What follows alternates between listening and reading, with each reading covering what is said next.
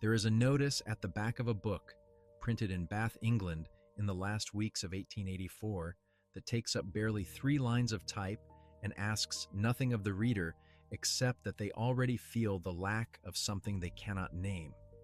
The book itself is a new edition of an ancient Hermetic text, the Divine Poemander, attributed by tradition to Hermes Trismegistus himself, that figure of impossible antiquity who stands at the crossroads of Egyptian priestcraft and Greek philosophy. The publisher is a man named Robert H. Fryer, a bookseller in Bath who has made something of a specialty of these fringe productions, the recovered wisdoms and antique philosophies, the books that circulate quietly among people who have grown dissatisfied with the explanations available to them in church, in the lecture hall, in the spiritualist parlor where the table tilts and the medium breathes heavily, and nothing, in the end, is ever resolved. The notice at the back of this particular book is short. It addresses itself to students of occultism who have been disappointed by Hindu Mahatmas, a pointed reference to the Theosophical Society, which had been promising letters from hidden masters in Tibet for nearly a decade. It announces that a different order, one rooted in the Western tradition, is prepared to offer something the Theosophists cannot. Not philosophical contemplation, not vague promises of eventual enlightenment, but practical instruction, operative technique, the actual mechanics of what lies beyond the threshold of death. Write to Theon, it says. Care of the publisher, no address, no society name, no list of credentials, just the word Theon and the implication, patient absolute, that he already knows what you need. And in city rooms and country rectories and American parlors across the Atlantic, people wrote. What they received in return would make the Hermetic Brotherhood of Luxor the most consequential occult correspondence school of the Victorian age and the site of one of its most durable scandals. What they were promised, above everything else, was knowledge of what happens after death. What they were not told, what no one in the membership knew, what the order's correspondence lessons never mentioned, what even Theon himself may or may not have fully understood, was that the man composing those promises had already been convicted of fraud under a different name in a Leeds courtroom the year before the order published its first advertisement. That fact would not remain hidden, but for approximately 18 months it stayed buried, while the letters kept coming and the lessons kept arriving by post, and hundreds of people on 2 continents began to believe they had found at last the thing they were looking for. The question the Hermetic Brotherhood of Luxor sold answers to, what happens to the human soul after the body dies, is not a small question. It is not a question that admits of comfortable agnosticism.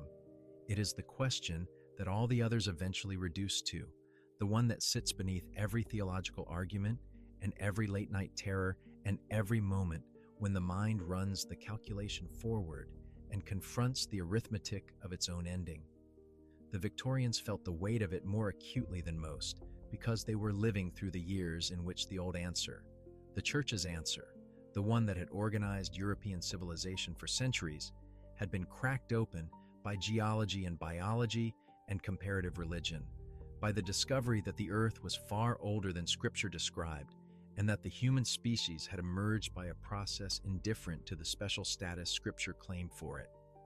By the 1880s, the educated classes of Britain and America found themselves in a peculiar condition, too sophisticated to return to simple faith, too frightened of oblivion to rest in simple materialism. Spiritualism had offered one answer, filling halls and parlors from New York to London with table rapping and automatic writing and the voices of the recently dead. For 30 years, it had served as the de facto popular religion of the secular middle class. But by the early 1880s, it was fraying. The mediums were being exposed as frauds with increasing regularity. The seance room, which had once seemed like a laboratory at the frontier of human knowledge, was beginning to seem like a theater. The Theosophical Society, founded in New York in 1875 by Helena Petrovna Blavatsky and Henry Steele Olcott, had offered a more sophisticated response. Eastern wisdom, a synthesis of Hindu and Buddhist philosophy, hidden masters of ancient lineage who sent letters, actual physical letters, dropping from the sky into Blavatsky's correspondence cabinet, guiding the sincere seeker toward enlightenment. It attracted a more intellectually serious class of converts, and for a time it seemed to promise something robust. But by 1884, it too was under assault. A report commissioned by the Society for Psychical Research would formally accuse Blavatsky of fabricating the Mahatma letters the following year, producing detailed evidence that the cabinet through which they arrived had a false back. The Theosophical movement survived, but the specific mechanism of its authority, the living masters, the letters, the personal intercession of discarnate intelligences, had been called into open question at precisely the moment a small advertisement in a Bath bookseller's publication was inviting the disappointed and the doubting to try something else. That something else was what the Hermetic Brotherhood of Luxor proposed to be. The man who appears in the record as the Grand Master of the Order's outer circle was known publicly and within the HB of L's own documents, simply as Theon. He had arrived in London around 1873, a decade before the advertisement appeared, and had established himself in St. John's Wood as a practitioner of psychic healing and a figure of impressive personal mystery. He advertised in spiritualist periodicals. He cultivated a persona of ancient and inscrutable authority. He was, by all accounts, a compelling presence, the kind of person around whom rumor accumulated naturally, who seemed to invite the projection of significance. Scholarship, working from the available records, concludes that he was most probably born Louis Maximilian Bimstein, of Polish-Jewish background, around 1848, though the exact details of his origins are obscured by design. He maintained mystery about his own history with something approaching professional discipline. He was approximately 35 or 36 years old when the first advertisement appeared. Whatever his origins, Theon was not the operational mind of the order he nominally led. That distinction belonged to Peter Davidson, and understanding the HB of L requires understanding first how different Davidson was from the figure at the top of its organizational chart. Davidson was a violin maker from Forres, in the Scottish county of Moray. A practical man, a craftsman, someone whose hands were accustomed to the patience and precision of physical work.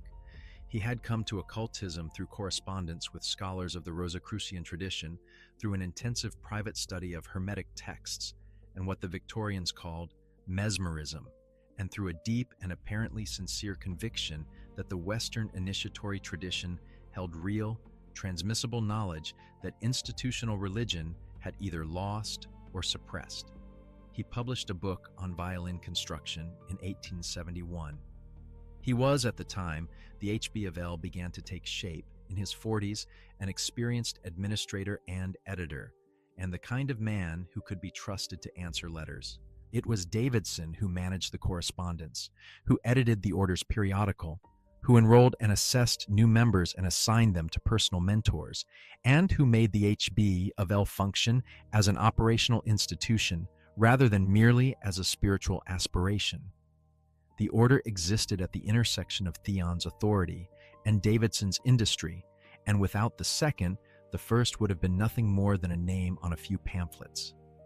The third central figure was a young man from Leeds named Thomas Dalton, who by the time the HB of L went public was presenting himself under a different name entirely, Thomas Henry Burgoyne. He had come to Theon's attention around 1882 when he would have been in his mid to late 20s.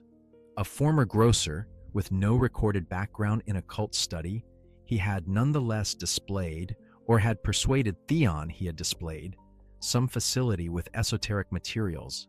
By 1884, he had become the secretary of the order's exterior circle and the primary author of its correspondence lessons, the manuscripts that formed the core of what the HB of L actually sold to its members. What Burgoyne was not in 1884 was the person his membership knew him to be. The name was an invention. The past was a revision.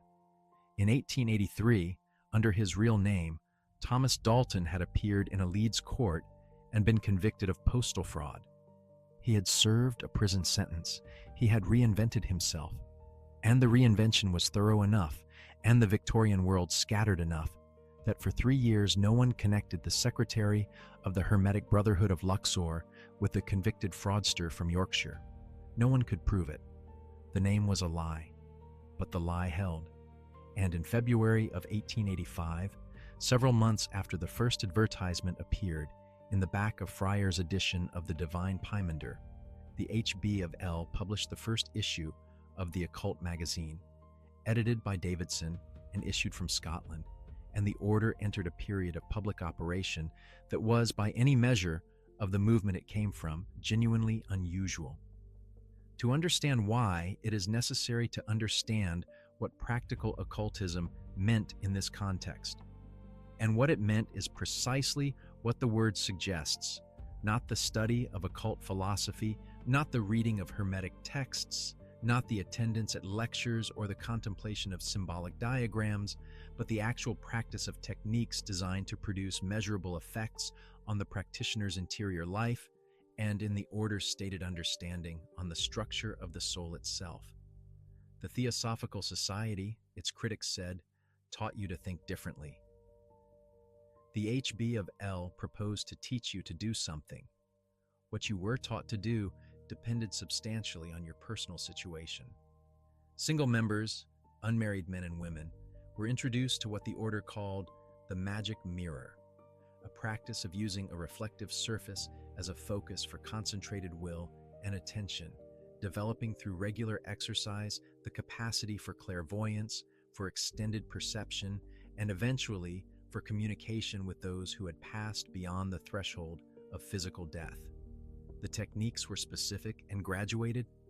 You did not simply sit before a mirror and wait. You followed instructions, precise and detailed, in manuscripts that arrived by post after weeks or months of correspondence with an assigned personal mentor who assessed your progress and determined when you were ready for the next stage. For married members, the curriculum diverged sharply into territory that the order took considerable care to frame. The H.B. of L's teachings on what it called sexual polarity and vital magnetism were drawn directly, explicitly, and without concealment within the order's own documents from the work of an American occultist named Paschal Beverly Randolph, who had died in 1875, nearly a decade before the H.B. of L. took public form. Randolph had developed, across a body of writings and through a practice he called Euless, a system of sexual mysticism that framed the act of physical union between a man and a woman as a potentially sacramental operation, one capable of elevating both participants, transmitting vital energy, and even, under the right conditions of will and intention, producing children of unusual spiritual capacity. The H.B. of L. did not invent this. It inherited it, systematized it, and restricted it carefully to heterosexual married couples. Within the order's framework, it was not licentiousness. It was discipline. The manuscripts frame the sexual teachings as a form of sacred science, grounded in the metaphysics of masculine and feminine polarity, aimed at the mutual elevation of both parties. Whether this framing was sincere or convenient is a question the historical record does not answer. What the record does confirm is that these teachings were real, delivered in writing to actual members, and that they constituted a significant portion of the order's esoteric curriculum for those qualified by marital status to receive them. All of this rested on a single, central intellectual framework, a detailed systematic account of what the H.B. of L. believed happened to the human soul in the interval between physical death and whatever came next. The H.B. of L's doctrine of the afterlife was not a vague consolation. It was a mapped territory, presented with the confidence of a cartographer who claims to have walked the terrain himself, and it diverged in specific and deliberate ways from everything else on offer in the Victorian esoteric marketplace. The Theosophical Society, drawing on esoteric Buddhism and Hindu metaphysics, taught reincarnation as the fundamental mechanism of spiritual development. The soul descends repeatedly into physical form, accumulates karma across many lifetimes, and works its way upward through a long evolutionary arc toward ultimate liberation. It was a system of considerable elegance, and for many Westerners in the 1880s, it offered the first intellectually satisfying account of why suffering was distributed as unequally as observation suggested it was. If the soul had lived before, if the conditions of this life were shaped by choices made in previous ones, then the apparent injustices of the present arrangement became, if not comfortable, at least explicable. The H.B. of L. rejected this position. Not from ignorance, the order's documents engaged with the theosophical teaching directly and critically, but from a counter-argument it considered doctrinally fundamental. Reincarnation, in the H.B. of L's framework, was not the general rule of soul development. It was an exception, available only to souls in particular and rare circumstances. The ordinary destiny of the human soul after physical death was not return, but continuation, a progression through post-mortem states of existence whose character was determined by the nature and development of the soul at the moment of its departure from the body.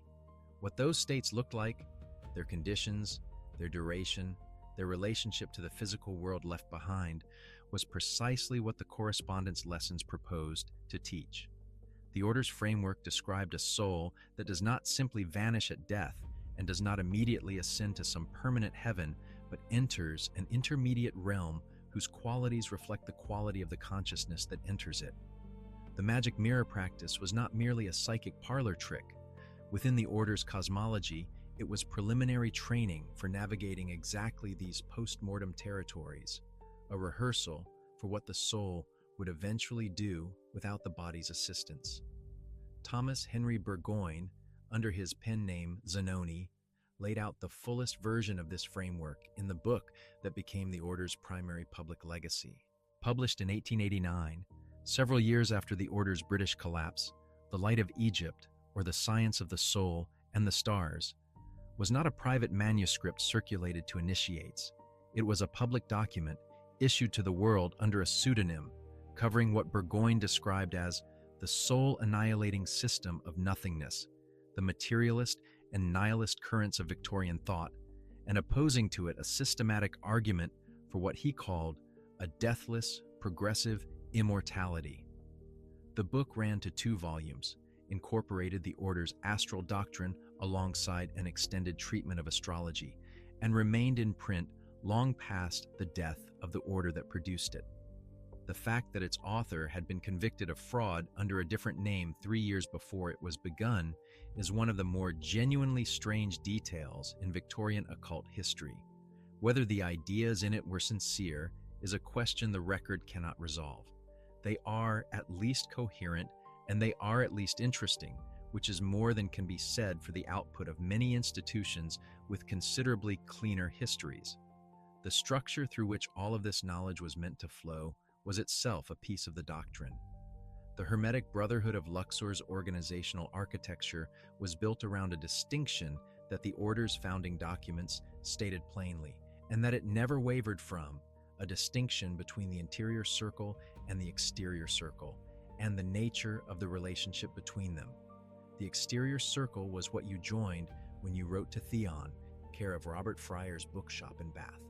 It was the human institution, the circle of ordinary enrolled members, with their horoscopes and their postal addresses, and their $1 fees, and their gradual progress through a series of manuscript lessons delivered by a named personal mentor. It had officers and representatives, and a periodical and an administrative correspondence network running across Britain, France, and the United States.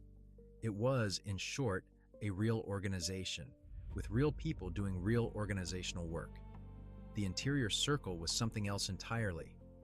According to the H.B. of L's own documents, the interior circle consisted of a body of spiritually advanced beings, some in physical embodiment, some already beyond it, whose accumulated wisdom was the actual source of the teachings. They were not named. They were not publicly known. The Grand Master of the exterior circle, Theon, served as the conduit between the 2 realms, and even his access to the interior circle was framed as something mediated and privileged rather than direct. The authority of the HB of L's teachings did not rest on the credentials of Davidson or Burgoyne. It rested on claims about a body of discarnate adepts that could, by definition, never be independently verified. This architecture was not invented by the HB of L. It echoed through the structure of virtually every Western initiatory society of the period. The Rosicrucian tradition's hidden masters, the Masonic claim to ancient immemorial descent, the Theosophical Mahatmas. What the HB of L added was a particular practical specificity. You were not just promised access to the wisdom of these hidden superiors at some eventual and undefined point in your spiritual development. You were promised, through the correspondence lessons and through the techniques you were taught to practice, actual direct contact with the interior circle's intelligence. The magic mirror was not decoration, it was the mechanism. To become a member of the exterior circle, you first had to find the order, which in 1884 and 1885 meant finding one of the advertisements or knowing someone who had. You wrote expressing interest. You were then required to submit your age, sex, occupation, and the data necessary for the calculation of your natal horoscope, the time, date, and place of your birth. If you did not know your birth time, a photograph and physical description could be substituted, accompanied by a fee of $1. The horoscope, or the photograph, was then assessed by one of the order's designated representatives to determine whether the applicant displayed a sufficient natural inclination toward the occult to benefit from what the HB of L offered. Most applicants were accepted. The assessment was genuine in the sense that it was actually performed, but it was not a rigorous filter. It was more nearly a first step in the process of relationship building between the new member and the order's human structure, a way of establishing that the applicant was willing to submit personal information and to wait, which were two capacities the correspondence system required in quantity. If you were accepted, you received first a pledge of secrecy. You were not to speak of the order's existence or teachings to outsiders, and then a questionnaire, and then, after further correspondence, the revelation of the order's full name and degree structure. You were now a neophyte of the Hermetic Brotherhood of Luxor, initiated into a secret society in your own home by letter, without a temple, without a lodge, without a physical handshake or a ceremony or any form of collective human presence. This was, by the standards of the 1880s, genuinely novel. The existing initiatory orders, the Masonic lodges, the Rosicrucian bodies, the various minor fraternal organizations that dotted the Victorian landscape, required physical attendance. They required you to appear in a room with other people and undergo a ritual in which the community of the initiated collectively witnessed and affirmed your entry into the tradition. The HB of L required none of this. It was initiated entirely through the post, and the community it created was a community of correspondence, dispersed across continents, connected by nothing more physical than the Royal Mail and its transatlantic equivalents. Once enrolled, you entered into regular correspondence with a specific individual, your personal mentor within the order's network, who sent you a series of manuscript lessons, assessed your practice reports, and determined when you were ready for the next stage of the curriculum. The early lessons covered astrology and Hermetic philosophy. The practical techniques, the magic mirror, the astral exercises, came after demonstrated commitment, sometimes after months of preparatory study, sometimes after years. The higher teachings, including whatever the degree structure beyond the neophyte level contained, were disclosed incrementally, contingent on progress that only your mentor could judge. It was a system designed to create loyalty through investment. The more time you put in, the more lessons you completed, the more correspondence you sustained, the more of your personal history and spiritual aspiration you committed to paper and sent to someone in Aberdeenshire or Georgia, the more stake you had in the enterprise and the harder it became to walk away from it. This is not unique to the HB of L. It is the structural logic of any graduated initiatory system. But it operated here through an unusually intimate medium, not the impersonal ritual of a lodge, but the intensely personal exchange of handwritten letters between a mentor and a student who might never meet in the physical world. The man who administered most of this, who assigned the mentors, supervised the correspondence, managed the British and American operations simultaneously, and edited the Occult magazine through its run from February 1885 onward, was Peter Davidson in a farmhouse in Aberdeenshire, answering letters. By the middle of 1885, the order had expanded beyond anything a Victorian correspondence school had previously attempted. Members were enrolled across Britain, in Paris, and several French provincial cities, and in sufficient numbers in the United States that the HB of L could claim a genuine transatlantic reach. The French section was managed by a figure who published under the name F. Ch. Bartlett, in private life, Albert Farcheux, a Parisian occultist with connections to the emerging Martinist movement.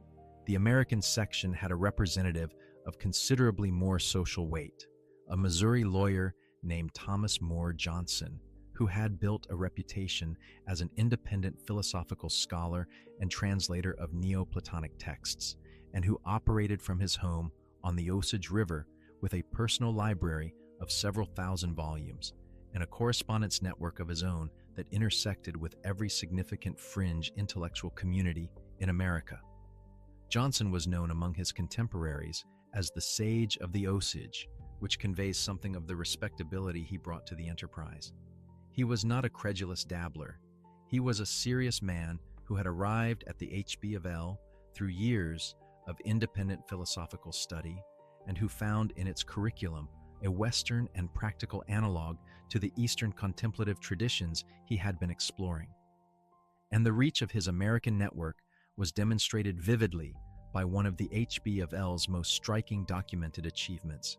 By 1886, a majority of the American Board of Control of the Theosophical Society had quietly enrolled in the Hermetic Brotherhood of Luxor. This was not a small thing. The American Board of Control represented the administrative leadership of the Theosophical Society's largest and most active national section. Its defection, partial quiet, conducted without public announcement, represented a hemorrhage from the center of Blavatsky's organization in precisely the period when that organization was under maximum external pressure from the Hodgson Report's accusations of fraud. The people who were supposed to be running the Theosophical movement in America were, in significant numbers, paying fees to and receiving manuscript lessons from a competing organization whose leader was a shadowy figure in St. John's Wood who answered to the single name Theon. Blavatsky knew. She was not the kind of person who absorbed this kind of information quietly. Helena Petrovna Blavatsky in 1885 was the most famous occultist in the Western world, and she was furious. Her specific objection to the HB of L was not merely competitive, though the competition was real enough. She had a territorial claim she considered historically justified. The phrase Brotherhood of Luxor had appeared in her own correspondence and in the early documents of the Theosophical Society a decade earlier, associated with the group of masters and Mahatmas whose guidance she claimed to be transmitting. The HB of L's adoption of the Luxor name was, in her view, a deliberate act of brand theft, designed to capitalize on the prestige her work had attached to the Egyptian designation while undermining the organization she had built. The record is clear on this point, and it is important to hold it clearly. The Brotherhood of Luxor, to which Blavatsky referred in 1875, and the Hermetic Brotherhood of Luxor that published Dios Amole. The Occult magazine from 1885 were two entirely distinct bodies with no documented organizational connection. Blavatsky's Brotherhood of Luxor was a claimed group of spiritual masters. The HB of L was a postal initiatory society run by Davidson and Burgoyne. The HB of L appears to have borrowed the Luxor name from the general cultural prestige of Egypt and from the loose usage of the term in Victorian spiritualist circles, not from any formal succession or inheritance. Popular accounts of this period routinely conflate the two, producing a confusion that the original sources do not support. What Blavatsky called the HB of L.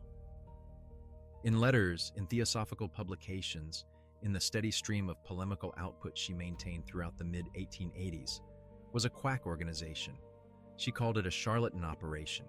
She accused it of targeting the gullible and the vulnerable with false promises, of selling access to wisdom it did not possess, of clothing fraud in the respectable garments of Hermetic symbolism.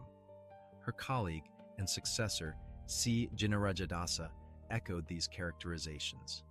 The Theosophical Press, wherever it operated, treated the HB of L as a parasite on the body of genuine occult inquiry. The problem with this characterization, the thing that makes the history more complicated than Blavatsky's anger suggests, is that the Theosophical Society had a direct competitive interest in the HB of L's destruction. Blavatsky was not a neutral observer of the order she was attacking. She was losing members to it. Her own American board was studying its lessons. Her denunciations are historically valuable as documents of the Theosophical reaction. They are not neutral assessments of the HB of L's actual content or intent. And the HB of L's curriculum, whatever its ultimate origins, was substantive enough that serious men like Thomas More Johnson found it worth their time. There was, meanwhile, a figure within the HB of L's operation, whose presence bridged the two worlds in a way that complicates any simple account of rivalry and opposition. The Reverend William Alexander Ayton was an Anglican clergyman who served as the provincial Grand Master of the Order's Southern Section. He was, when the HB of L went public in 1884, in his late 60s, an old man by Victorian reckoning, though a vigorous one. He had been active in fringe Masonic and Rosicrucian circles for decades before the HB of L existed. His rectory at Chacombe in Northamptonshire contained in its cellar an alchemical laboratory in which he claimed, with apparent sincerity, to have made progress toward the preparation of the elixir of life. Ayton was the HB of L's primary recruiter in the south of England, and he was very good at it. He moved through the overlapping circles of Victorian occultism, Masonic lodges, Rosicrucian study groups, spiritualist networks, with the social ease of an educated clergyman who had been navigating these waters for a very long time. He was respectable. He was established. He was, in the language of the period, a gentleman. His participation in the HB of L gave the order a social legitimacy it would otherwise have struggled to claim. And in 1888, 2 years after the HB of L's British operations had effectively collapsed, William Alexander Ayton joined the Hermetic Order of the Golden Dawn, bringing with him whatever knowledge, practices, and initiatic habits he had developed over his years in the order whose correspondence lessons he had been helping to distribute. The Golden Dawn was founded in February 1888 by William Wynne Westcott, Samuel Little McGregor Mathers, and William Robert Woodman, none of whom appears in the documented records of the HB of L as enrolled members.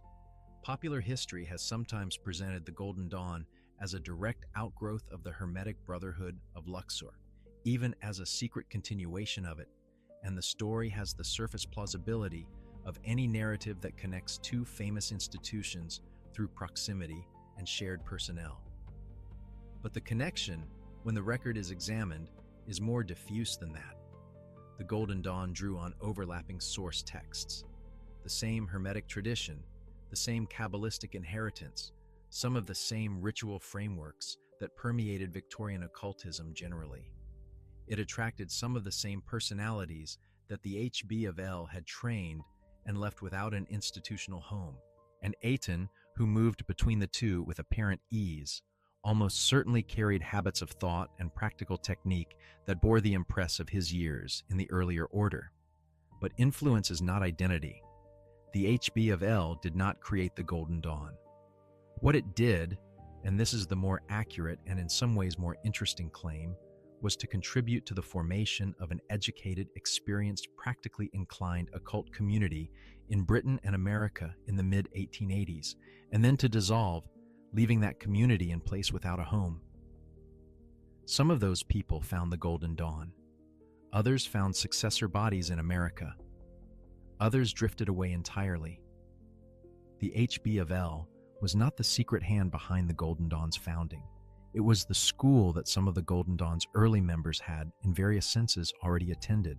This distinction matters because the history of the HB of L is interesting enough without the embellishments that popular occult writing has layered over it.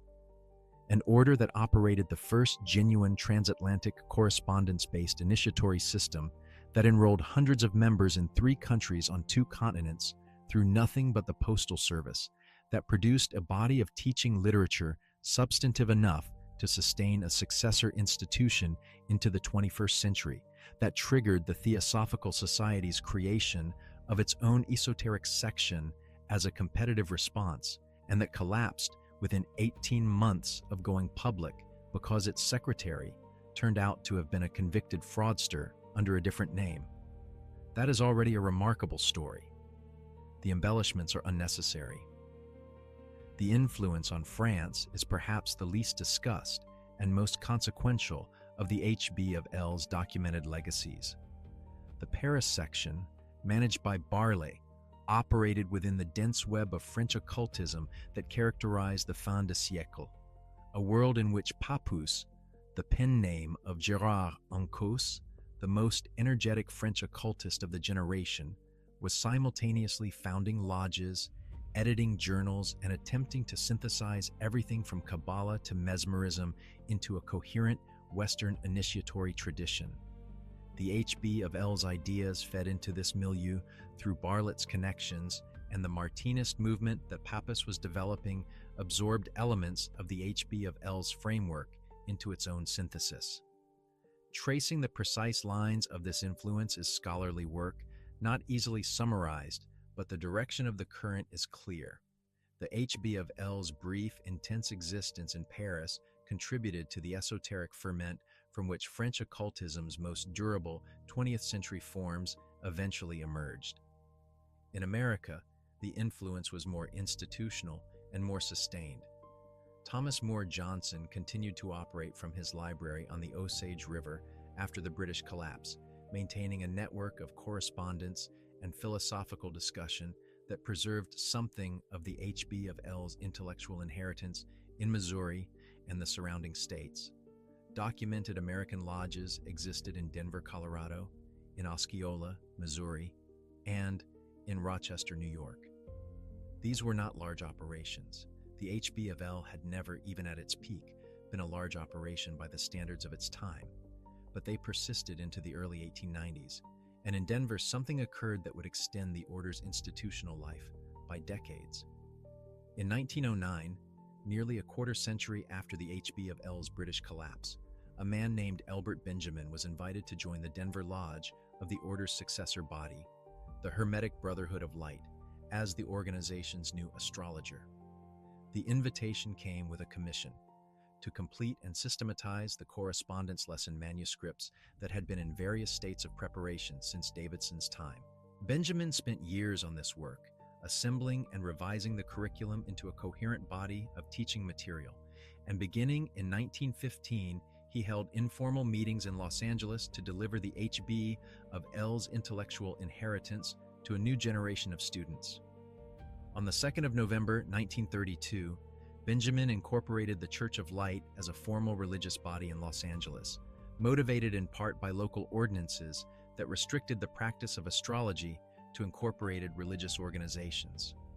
The Church of Light continued to publish Burgoyne's Light of Egypt, maintained a curriculum rooted in the HB of L's original correspondence lessons, and operated from its Los Angeles headquarters through the middle of the 20th century. Elbert Benjamin led it until his death in November 1951. The Church of Light still exists today, which means that an institutional thread runs, unbroken, from Davidson's farmhouse in Aberdeenshire in 1884 to an active religious organization in the 21st century. A continuity of more than 130 years from a movement that lasted, in its original British form, approximately 18 months. That longevity asks a question of us, or should. We can dismiss the HB of L as a Victorian fraud, point to Burgoyne's conviction, note Theon's obscured origins, observe that the interior circle of discarnate adepts has never been independently confirmed to exist. All of this is factually accurate, and yet the institution the HB of L spawned has outlasted every contemporary organization that dismissed it. It has outlasted the specific theosophical structure that Blavatsky built. It has outlasted more respectable institutions than we can easily count. The curriculum Burgoyne wrote, under a stolen name, in the years immediately after his release from a Leeds prison, is still being studied. This does not make the HB of L true, but it complicates the simple narrative of exposure and collapse in ways that deserve examination. Which brings us to the allegations themselves, not the documented scandals, but the larger, darker claims that have accumulated around the order and its legacy over the years since, the questions that circulate in the margins of esoteric history and in the comment sections of videos like this one. The first and most persistent of these is the claim that the Hermetic Brotherhood of Luxor was not an independent operation at all, but a front, either for some deeper and older secret society whose real agenda it disguised, or for an intelligence operation by one or more of the national governments whose citizens it enrolled, or for a financial extraction scheme whose true scale has been suppressed from the historical record. The claim takes different forms depending on who is making it, but its common core is the suggestion that something was happening behind the HB of L that the documented history does not account for. Some researchers have pointed to Theon's deliberately obscured origins as evidence of concealment at the center of the order. It is true that Theon was unusually thorough in his self-mythologizing, unusually determined to make his personal history opaque. It is also true that he arrived in London from an unspecified origin, established himself quickly in circles where money and influence circulated, and departed just as quickly when the order's scandal broke, returning to France, then to Algeria, where he lived for the rest of his life in a compound at Tlemcen with his wife, and developed a new philosophical system that he called the cosmic tradition. Is the pattern of arrival, operation, and strategic withdrawal the signature of a hidden principle who has achieved his objectives and moved on? Some have argued that it is. The historical record does not confirm this. What it confirms is that Theon was a man who had strong personal reasons, separate from any hidden agenda, to keep his background opaque. If the scholarly identification of him as Louis Maximilian Bimstein, of Polish-Jewish background, is correct, then his obscuration of origins may reflect the practical reality of being a Polish Jew navigating the social and professional structures of Victorian London, a city where those origins would have closed as many doors as they opened, and where constructing an alternative identity was a rational response to a structural disadvantage rather than evidence of an intelligence connection. The deliberate mystery around Theon does not resolve into conspiracy. It resolves into the personal strategy of a marginal figure who needed to appear authoritative in an environment that would not have granted him authority on his actual terms. Others have argued that the HB of L's sexual teachings, the Randolph-derived curriculum for married members, were not what they appeared to be, that beneath the framing of spiritual elevation and sacred science lay something more predatory, a system designed to exploit emotionally vulnerable seekers under the guise of initiatic instruction. The allegation deserves to be stated plainly, because it is not trivially wrong.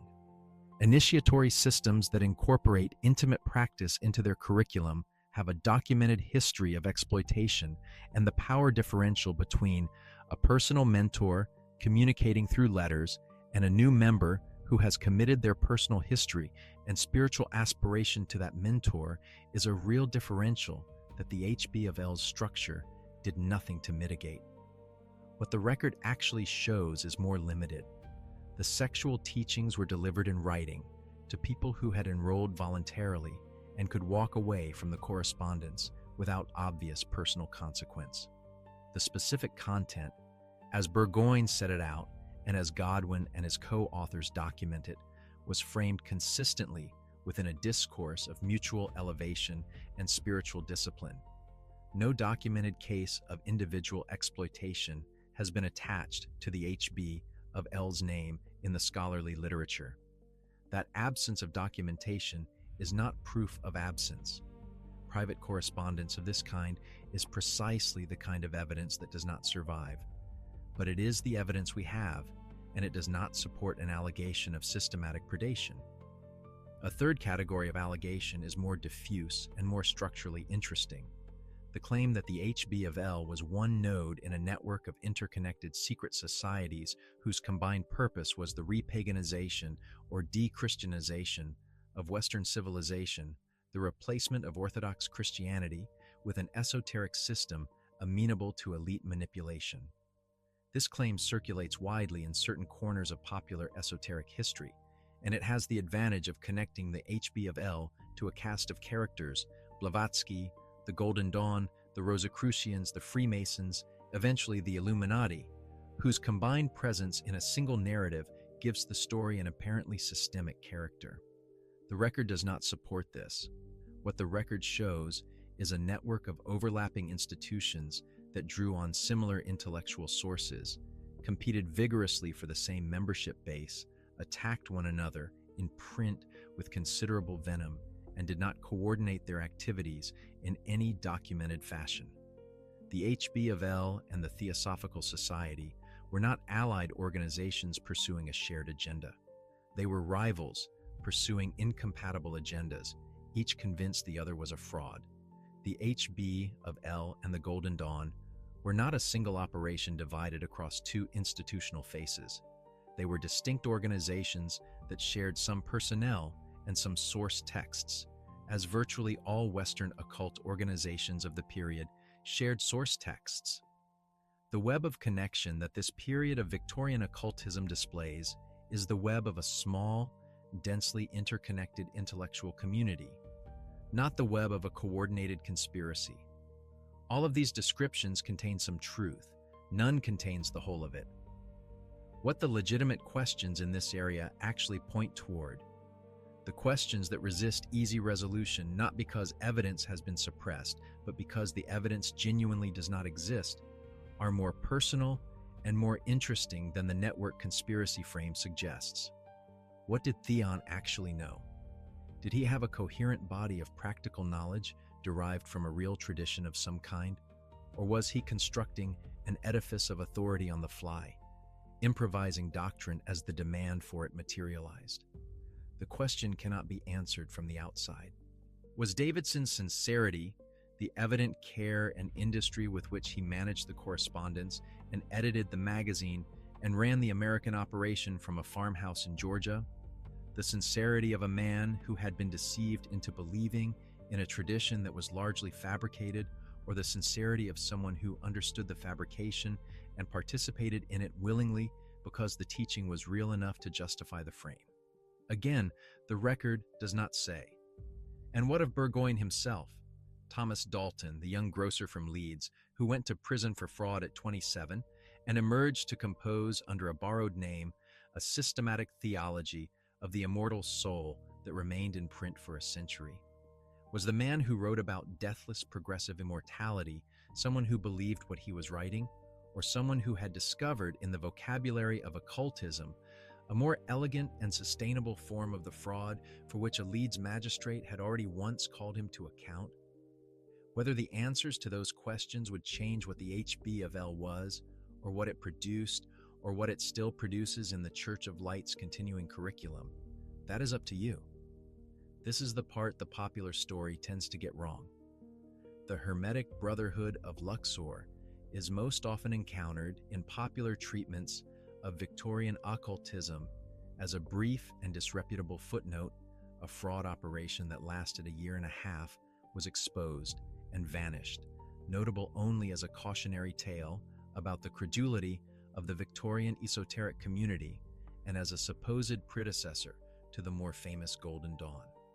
This account is not entirely false, but it is incomplete in ways that matter, and the incompleteness tends to run in a consistent direction toward the dramatic simplicity of a clear-cut swindle and away from the more uncomfortable complexity of what the record actually shows. The myth that the HB of L was primarily a money-making scheme collapses on examination of the financial evidence. The order charged fees, a modest joining fee, compensation for correspondence materials, but there is no documented pattern of significant financial extraction from its membership. The American headquarters was a farmhouse. The British operation ran through a bookseller's backroom correspondence arrangement. The order had no significant property holdings, no wealthy patrons on the scale of the Theosophical Society's backers, no investment in the infrastructure of wealth. Burgoyne's 1883 conviction was for a separate offense committed before the order existed, not for a pattern of extraction within it. Conflating the two, treating the conviction as proof that the HB of L was a con from the beginning, is the kind of reasoning that sounds tight until you look at what it actually requires you to believe. That Davidson, a craftsman from Forres with a clean record who spent years of his life managing correspondence and editing a periodical in genuine obscurity, was a willing participant in an operation whose primary purpose was fraud. Nothing in the record supports this reading of Davidson. The myth that Paschal Beverly Randolph was a member of the HB of L, a claim that surfaces repeatedly in popular occult writing, is simply a chronological impossibility. Randolph was born in 1825 and died in 1875, 9 years before the HB of L's public founding in 1884. He could not have been a member of an organization that did not yet exist. He was a source and an influence of the highest significance. The sexual teachings that formed a core part of the HB of L's married members' curriculum were drawn directly and explicitly from Randolph's published writings and from the system he called Euless, but he was not there. The confusion arises from ambiguous phrasing in secondary sources that describe Randolph's connection to the HB of L, without specifying that the connection ran one direction only, from an earlier figure to a later institution, and never the reverse. The myth that the HB of L secretly controlled the Golden Dawn, or was its true parent organization, relies on a chain of inference that the evidence does not sustain. The Golden Dawn's founders, Westcott, Mathers, Woodman, are not documented as HB of L members. The founding documents of the Golden Dawn do not reference the HB of L. Aiton's dual membership is real, documented, and historically interesting, but one man who belonged to both organizations is not evidence that the organizations were secretly the same organization. The HB of L and the Golden Dawn shared an intellectual atmosphere, the same Hermetic texts, the same Kabbalistic inheritance, the same broad community of educated Victorian occultists, because they were both drawing from the same deep well of Western esoteric tradition that had been accumulating since the Renaissance. That is not control. That is a common source. And the myth that the HB of L's rejection of universal reincarnation reflects simple ignorance of Eastern philosophy or an unexamined cultural prejudice toward Western frameworks misses the degree to which the order's position was a deliberate and argued counterposition. The HB of L knew what the Theosophical reincarnation doctrine claimed. It engaged with it explicitly in its teaching documents. It rejected it on the grounds of a competing metaphysics, not from failure to understand what it was rejecting. Whether the counter-argument was correct is a theological question that history cannot resolve. But it was a considered position, not an uninformed one. The exposure, when it came, arrived from precisely the direction Blavatsky had been staring in for years. In the spring of 1886, information began circulating through the transatlantic occult community, initially in theosophical channels, almost certainly under the direction or with the encouragement of Blavatsky's network, that Thomas Henry Burgoyne, secretary of the Hermetic Brotherhood of Luxor and primary author of its correspondence lessons, was in fact Thomas Dalton, convicted in Leeds in 1883 for postal fraud and subsequently imprisoned. The information spread rapidly. It was the kind of information that spreads rapidly in a community constituted primarily of letter writers, people whose entire social life existed in the medium through which the HB of L had built its membership. Within weeks, members in Britain, in America, and in France were receiving the news. The order that claimed to hold the secret of what happens after death had been partly composed by a man who had deceived a court, served a prison sentence, and reinvented himself under a false name. It was a devastating convergence of images, and it landed with the particular force of things that confirm what the suspicious had long suspected. Theon left London within the year. He moved to Paris briefly, and then by 1887 or 1888 to Tlemcen, a city in northwestern Algeria, where he and his wife Alma, born Mary Christine Woodroffe Ware, established a household and an intellectual operation that would eventually become the cosmic movement. Alma was a clairvoyant of apparently exceptional gifts, the channel through which the cosmic tradition's teachings were received, dictated in trance states, and later systematized by her husband. She died in 1908. Theon himself survived until 1927, spending nearly 4 decades in Tlemcen, outlasting the scandal that had driven him there by an entire generation. He died as he had lived in deliberate obscurity, his origins still uncertain, his real name still contested, the interior circle he had claimed to represent still unnamed. What he left behind in Tlemcen, beyond the manuscripts of the cosmic tradition, was a documented influence on one of the most significant spiritual movements of the 20th century. Mira Alfasa, who would become known as the Mother, the co-founder of the Sri Aurobindo Ashram and the city of Auroville, studied under the Theons at Tlemcen for a period around 1905 and 1906. The techniques she encountered there, the specific practices of interior exploration, and what the cosmic tradition called the transformation of substance, informed the psycho-spiritual work she later developed with Sri Aurobindo in Pondicherry into one of the major contemplative systems of the modern world. The thread that runs from a short advertisement at the back of a book in Bath in 1884 to the founding philosophy of Auroville in southern India is long and indirect and passes through several figures whose relationship to truth was complicated at best. It is nonetheless a documented thread. Peter Davidson made the journey to America that spring of 1886 and never returned. He settled in Loudsville, in the mountains of White County, Georgia, and the farm he established there became, nominally, the international headquarters of an order that was already dissolving in Britain. He shifted gradually away from the H.B. of L's specific curriculum and toward herbalism and alternative medicine, the disciplines that occupied the later decades of his life. He edited The Morning Star from Loudsville between 1892 and 1910, a periodical that carried broadly theosophical esoteric content, not the specific correspondence lesson format of the original H.B. of L operation, but that maintained a continuous thread of the alternative spiritual inquiry he had been pursuing since Scotland. There is no scandal in Davidson's American years. There is instead the quieter story of a man who believed in something, watched it collapse, and found a way to go on believing at a slower pace in a different country, on a farm in the Georgia mountains. Burgoyne moved westward.